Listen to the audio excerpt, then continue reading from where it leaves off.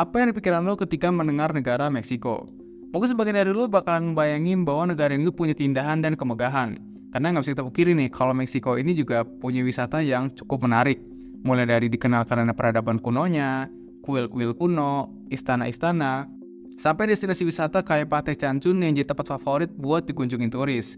Nah, tapi di balik keindahan dan kemegahan itu semua, Meksiko punya satu masalah yang cukup serius, yaitu banyaknya kartel narkoba di negara ini.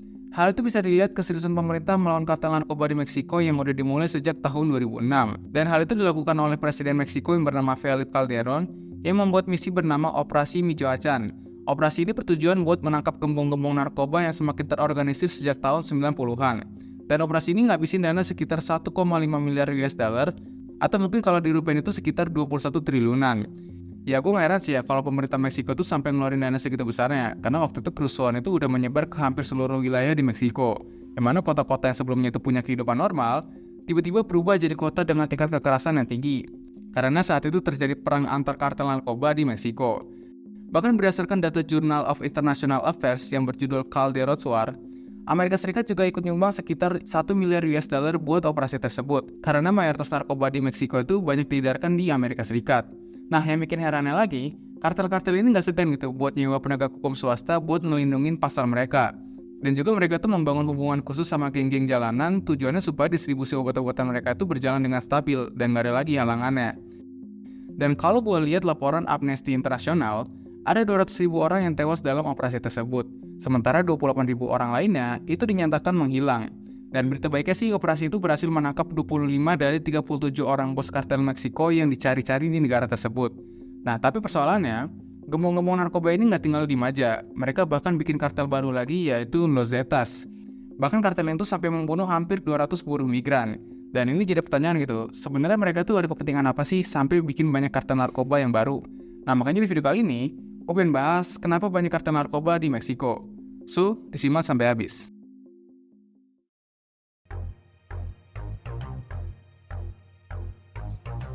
Walaupun narkoba ini nggak ada benefitnya sama sekali buat tubuh kita, apalagi dikonsumsi secara berlebihan dan overdosis, tapi bisnis narkoba ini bisa menghasilkan keuntungan yang tinggi banget, apalagi Meksiko itu lokasinya strategis. Sebagai contoh, mungkin gue ambil satu sampel kartel narkoba yang terkenal banget di Meksiko, yaitu kartel Sinaloa. Mereka tuh bisa memperoleh keuntungan sampai 3 miliar US dollar setiap tahunnya. Udah setara tuh kayak perusahaan besar di sektor formal. Dan itu baru satu kartel, belum digabung sama kartel besar yang lainnya, kayak Jalisco, Gulf, Beltran, dan Los Zetas. Kalau digabungin pasti pendapatan itu bakal besar banget. Pendapatan mereka ini berasal dari berbagai sumber, termasuk produksi dan distribusi narkoba, kayak kokain, heroin, marijuana, dan lain-lainnya. Nah, tingginya permintaan global, terutama dari Amerika Serikat, ini juga menyebabkan perdagangan narkoba ini jadi bisnis yang sangat menguntungkan. Dan ini jadi satu alasan utama kenapa banyak orang di Meksiko itu tertarik banget buat terlibat dalam bisnis narkoba. Karena keuntungannya itu tinggi banget, walaupun risikonya juga setimpal, kayak ketangkap terus di penjara, atau bahkan sampai terbunuh. Nah, tapi karena mengingat kemiskinan di negara ini cukup tinggi, ya mereka jadi cuek dan ikut terlibat gitu dalam bisnis narkoba ini. Apalagi keuntungan yang diperoleh itu jauh lebih besar dari pekerjaan mereka. Bahkan di beberapa daerah, kartel narkoba ini jadi sumber pekerjaan utama dan nyuntikin dana yang besar ke perekonomian global. Dan yang bikin parahnya sih, uang yang didapat dari bisnis narkoba ini tuh digunain buat aktivitas ilegal yang lainnya. Kayak buat beli senjata api, sampai dibuat untuk korupsi yang ujung-ujungnya itu bisa mengacaukan kehidupan masyarakat dan merusak perekonomian negara yang sehat. Makanya pemerintah Meksiko itu serius banget buat ngeberantas narkoba ini, terutama nangkepin pemimpin kartel narkoba yang cukup terkenal, yaitu El Chapo.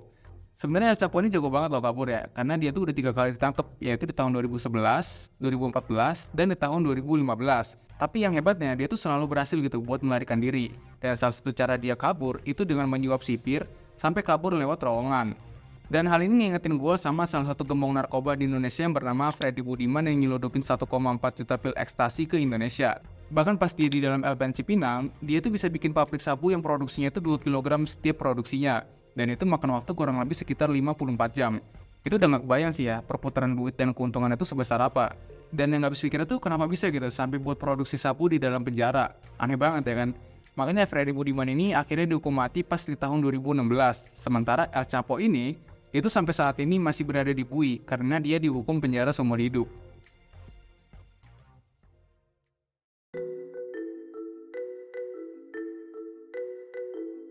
Banyaknya kartel narkoba di Meksiko ini nggak cuma dipengaruhi oleh faktor ekonomi, tapi juga pengaruh dari sosial dan politik. Hal itu bisa dilihat dari kombinasi antara norma sosial, budaya setempat, dan ketidakstabilan politik yang melancarkan perdagangan narkoba di negara ini.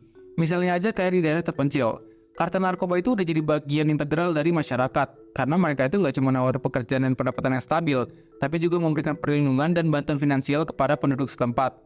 Nah, hal itu jadinya nyiptain hubungan simbiosis antara kartel dan narkoba, jadi kayak saling untung gitu.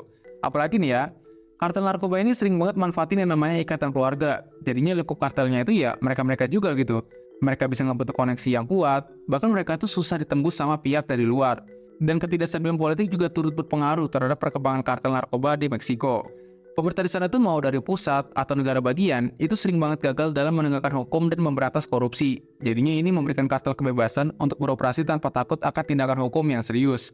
Selain itu juga, korupsi di berbagai tingkat pemerintahan itu memungkinkan kartel ini buat menyuap pejabat dan juga petugas penegak hukum. Contohnya mungkin kayak polisi-polisi lokal di sana tuh yang gajinya kecil, mereka tuh sering disuap dan korupsi, supaya ya operasi narkoba yang dilakukan sama kartel ini nggak terganggu gitu.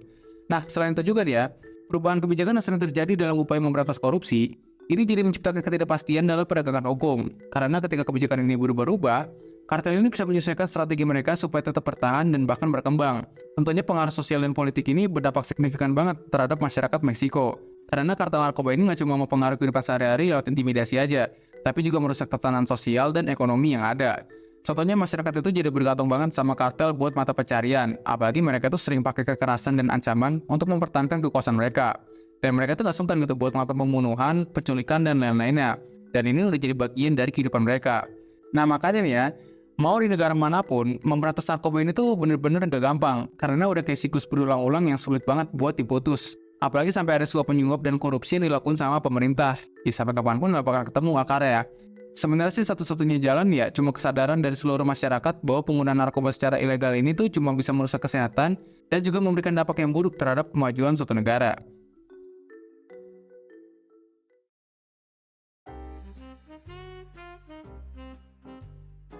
Banyaknya kartel narkoba yang ada di Meksiko secara langsung menggambarkan kalau mereka itu punya tantangan yang sulit buat dihadapi. Dan terlepas dari upaya pemerintah buat ngeberantasnya, masalah ini tetap sulit banget diberantas karena banyak faktor yang saling nyambung, kayak ekonomi, sosial, dan politik yang saling berkaitan. Kartel-kartel ini nggak cuma manfaatin keuntungan dari lokasi strategis Meksiko yang sebagai jalur utama perdagangan antara Amerika Selatan dan Amerika Serikat, tapi juga karena permintaan global yang tinggi akan narkoba ini kayak kokain, heroin, dan masih banyak lagi. Dan karena permintaan narkoba ini tinggi banget, tentunya sejalan juga dengan keuntungan finansial yang tinggi juga. Yang mana ini ngebuat masyarakat di sana tuh tergoda buat nyebur ke bisnis ini walaupun resikonya tuh tinggi banget. Kayak penangkapan, penjara seumur hidup, atau bahkan kematian gara-gara perang antar kartel ataupun dapat hukuman mati. Ya mungkin bagi mereka yang udah nyebur ke bisnis ini udah nggak pedulin hal itu ya. Karena kadang tuh udah nggak ada pilihan lain selain ngelakuin itu.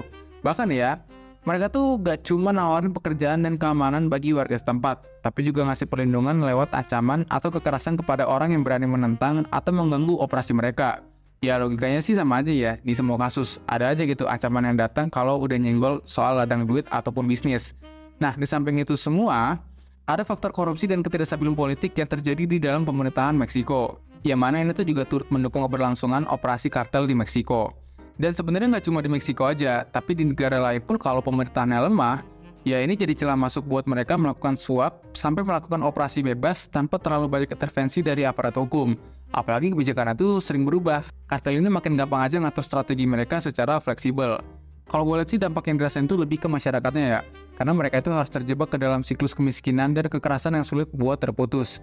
Apalagi banyak kekerasan fisik dan psikologis itu terjadi di sana. Kayak ribuan orang terbunuh, diperas, dan diculik di banyak daerah Meksiko yang dikuasai oleh kartel. Makanya untuk mengatasi masalah ini, sebenarnya perlu upaya yang komprehensif dan terintegrasi seperti reformasi dalam penegakan hukum, perbaikan ekonomi supaya kemiskinan ini bisa berkurang, dan juga adanya kerjasama internasional supaya perdagangan narkoba lintas negara ini bisa dihentikan. Karena dengan pendekatan, kita bisa berharap gitu untuk mengurangi pengaruh kartel narkoba dan membangun masyarakat ini lebih aman dan stabil bagi generasi yang akan datang. Coba kalau menurut lo, kenapa sih kartel narkoba ini bisa merajalela, terutama di Meksiko? Coba tulis di kolom komen. Well, sekian dulu pembahasan kali ini, semoga bermanfaat dan sampai jumpa di segmen selanjutnya.